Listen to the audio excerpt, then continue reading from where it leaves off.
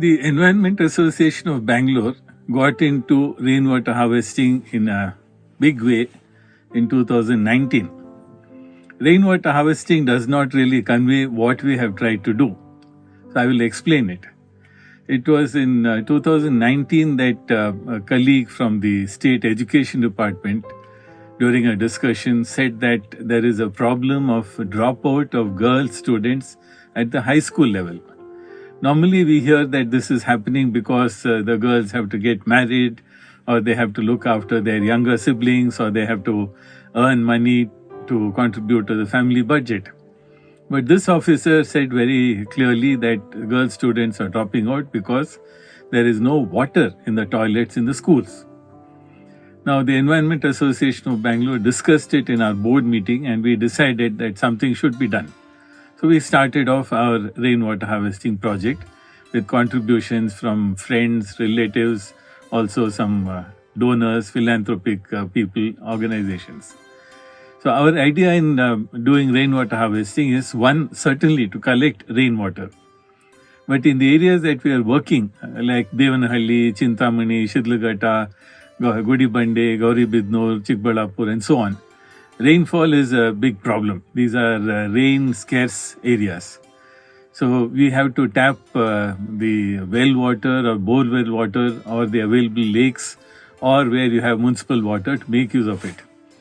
So in some places we have had to drill a bore well or dig an open well to make sure water is available. In other places we have linked up with the municipal supply where there is a lake.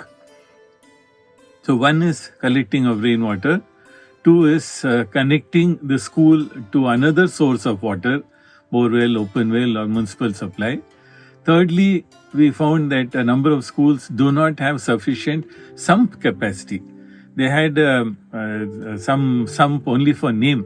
Some 100 liters or 200 liters could be stored. So we have enhanced the sump capacity so that they can store up to 15, 20, 25, even 30, 35,000 liters of water can be stored in the schools we have worked in. Similarly, the overhead tank. Now, you had overhead tanks which had 100-liter capacity, 200-liter capacity. It looked as if this was not given due importance at the time the school was constructed. We have enhanced the overhead tank capacity to 500, 1,000 liters, even 2,000 liters, so that the water can be stored. Somewhere else we found that they do not have a proper pump. You have a sump, but you don't have a pump to pump it up to the overhead tank. So we had to provide a pump for that as well. In some other place, we found that the toilet existed, but there were no doors to the toilets. There were no proper taps. So we had to do that as well. So all these have been covered under our idea of rainwater harvesting. We have done this in about 16 government institutions so far, from about September 2019 to now, July, August 2022, we have done it. Mainly on the basis of contributions, voluntary donations, and so on. And in every place we've indicated who are the contributors. We've also got some support from material suppliers. Our partner in this has been mainly the Gramanthara Trust of Bangalore and the Oxford English School of Devanahalli, who supported us with men and material. We've also had a lot of support from the Zilla Panchayats concerned, Bangalore Rural, Chikbalapur, Kolar, and several Gram Panchayats.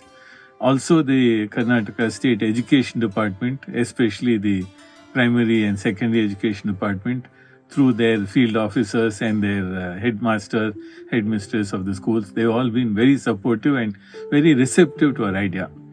Now, we have also opened student chapters in these schools so that the maintenance, the upkeep of the work continues.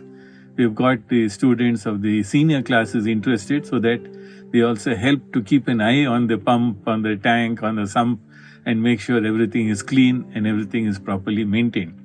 We hope that this will be a sustainable solution to the problem. What is very happy for us is that this year we have seen that there is an increase in the intake of students in each one of these schools.